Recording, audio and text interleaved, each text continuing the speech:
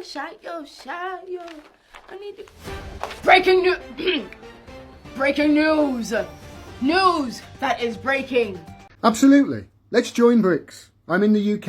I want my country to join the BRICS alliance. I really do. Or at least ask nicely if we can be a part of it. I mean, what would you rather do? Would you rather be, under the boot of America and doing whatever they want and going around the world assassinating any leaders that stand up to us because we're stealing all their wealth? Would you rather carry on doing all that? Or would you rather our country ask politely to join an alliance that wants to deal with each other in a mutually beneficial way where they respect each other's sovereignty and boundaries and culture?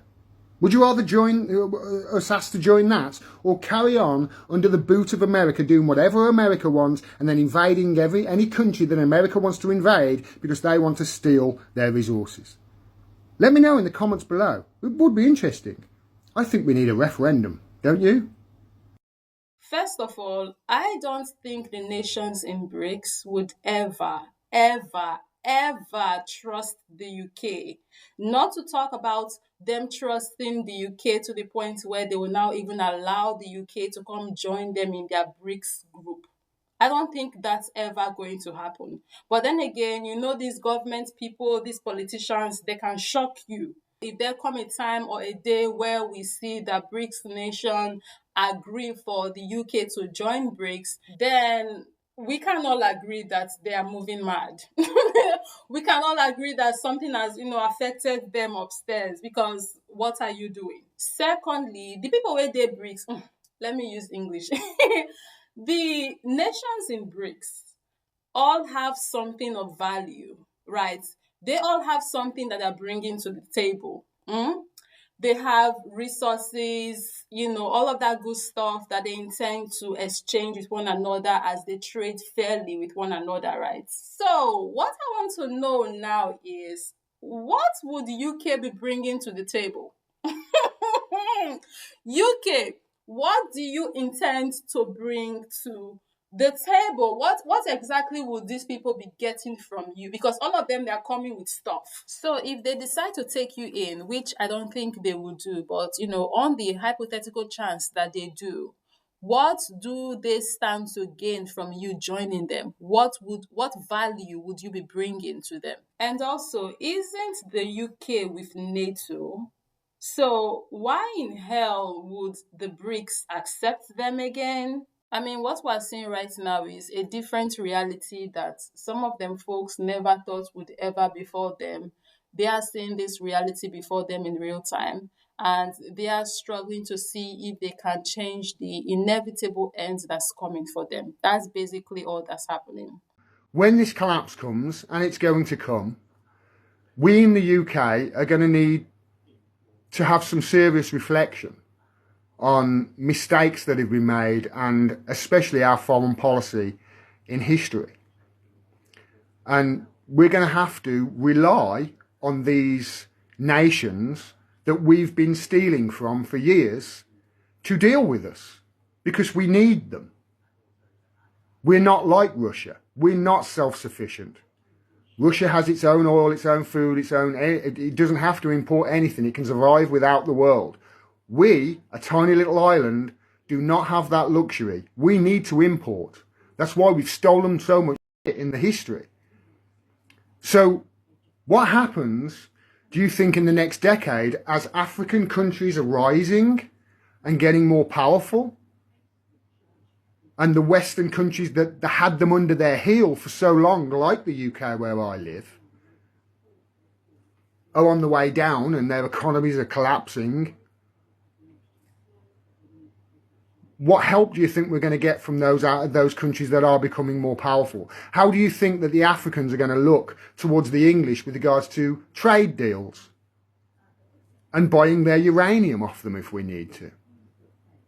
They're not going to look too kindly, are they? Especially if there's absolutely no apologies whatsoever. And as far as I can tell, this country doesn't apologise for jack. And we don't even need people's apology anymore. The time we even wanted the apology have passed. Right now, we don't know what you want to use an apology do. And we know that if people even come out and apologize now, you are not even apologizing because you genuinely feel sorry for the things that you have done to us. We know that if you guys come out and apologize now, you are only doing so not because you feel bad for what you did to us, but because you feel bad for how things are changing for you, how the tides are changing for you. Because if you feel sorry for what you've done, you would have long apologized. Not be today, you're not going to talk about apology for 2023. You for don't apologize since. And the reason it doesn't apologise is because if it apologised for the stuff that it's done, it'd have to start giving back all of the stuff that it's stolen. I've spent hours inside the British Museum. That place is an absolute, it's a treasure trove. It's incredible. And it's nearly all nicked. And we're going to have to, in the UK, in the West, really start looking at our place in the world and really start looking as to whether we really do value the things that we say we do. I saw somebody earlier saying, you know, this is what the West do. They just play pretend. It's no wonder the West now accept a man being a woman if he just identifies as one, because we in the UK have been identifying as a nation that is on the side of law and order, a nation that values free speech as it's censoring everybody, a nation that values freedom of the press and is a shining light and a beacon for freedom of the press throughout the world, whilst it's literally torturing the best journalists the world has ever seen in its capital. We say we are these things. Our government says them all the time. The diplomats are like that. But it's just all hot air. Nothing we do as a country backs up what these people are saying the country is. Nothing. I love my country, and that's what I want my country to turn into, to be. I think it's the most patriotic thing a person can do. But when I talk about these things, people call me a Putin puppet. They've been propagandized to such a degree, they don't know their allies when they meet them. And we've got some serious apologising to do in this country. To all of these nations that we have stolen from, to all of these nations whose leaders we've helped assassinate and overthrow, all of these coups that we've done around the world in countries just because we didn't like what they did. So we killed them and we overthrew them and we put in a dictator who created a secret service and was just brutal to the people in that country. We didn't care, as long as we carried on getting the oil.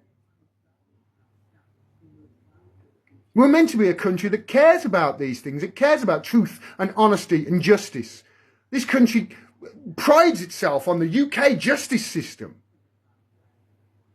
Well, there's no greater injustice in this world right now than the imprisonment of Julian Assange, and we're the ones doing it in the UK. And to all those people in Africa, rise up. I'm in the West and I'm fighting for you. And I tell you, we really are the people in the country, the people in the UK, the people in this chat in the UK who know the truth. We're on your side. We want our country to be the things that it says it is, and it's clearly not. And I really do wish to see the rise of Africa in my lifetime. I would love to see it. And we're seeing at the moment the rise of Russia and China. I'd love Africa to go with that as well. But this is not good for the West, especially if we carry on the way we are, acting as if everything we've done has been noble and pure. And that's just not the truth, is it?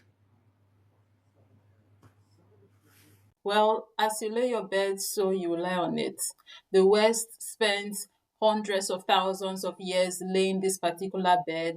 they better get ready to lie on it. We could have lived in a world where all of this could have been avoided.